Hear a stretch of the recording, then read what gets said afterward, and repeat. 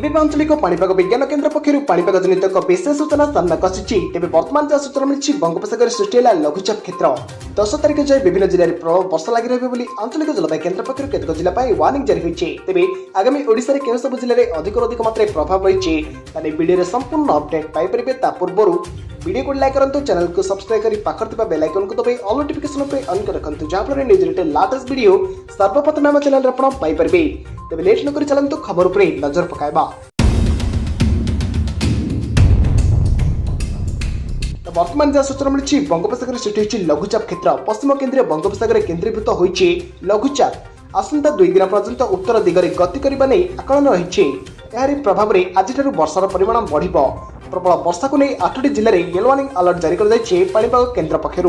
तेज जहाँ सूचना मिली मालकानगिरी, कोरापुट, रायगड़, गंजाम, गजपति, कलाहांडी, कंधमाल और नवरंगपुर जिला को सतर्क सूचना जारी कर बिजुली घड़घड़ी सहित वर्षा को नहीं पुरी, खोर्धा, नयागढ़, नुआपड़ा, बलांगीर और बरगढ़ जिला को येलो वार्निंग अलर्ट जारी कर पाणीपाग केन्द्र पक्षर। काली प्रबल वर्षा को नहीं 10 जिले में येलो वार्निंग अलर्ट जारी कर मालकानगिरी, कोरापुट, रायगड़, गंजाम, गजपति, कलाहांडी, कंधमाल, नुआपड़ा, नवरंगपुर और बलांगीर जिले में प्रबल वर्षा को नहीं सतर्क सूचना जारी होती।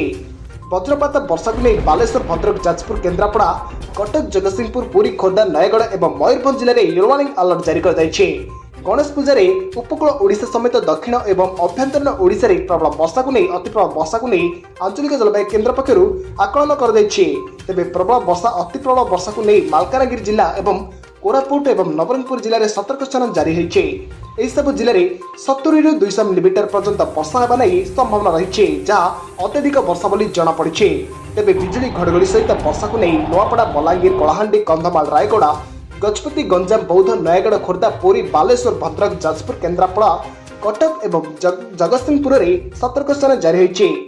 लघुचाप प्रभाव में 10 तारिख सकाल पर्यंत राज्य में विभिन्न जिले में प्रबल वर्षा को नहीं लगी रही जमापड़ी। तेज एथपाई वार्निंग प्रदान कर आंचलिक जलवायु केन्द्र पक्षर। तेज आगामी ओडिशा रे अधिक मात्रा वर्षार संभावना रही बेले तेज यह आज मुख्य खबर। आपने केउं जिल्लारू आम वीडियो को देखुंटे आपण अंचल में वर्षार परिमाण केउं रही वीडियो कमेंट बॉक्स रे निश्चय कमेंट कर जणांतु। तेज यह आज मुख्य खबर। जदि वीडियोटी आपको भल लगी था वीडियो को लाइक करूँ, सांगसाथी मान सहित वीडियोटी को अधिक मात्रा व्हाट्सएप जरिए शेयर करूँ। जदि आम चैनल आप प्रथम थर आम चैनल आप वीडियो देखुंटे चैनल को सब्सक्राइब कर पाखर बेल आइकन को दबाई ऑल नोटिफिकेशन पे ऑन कर रखु जहाँफल लेटेस्ट पाणीपागर सटीक सूचना सर्वप्रथम आम चैनल आप पाइपर।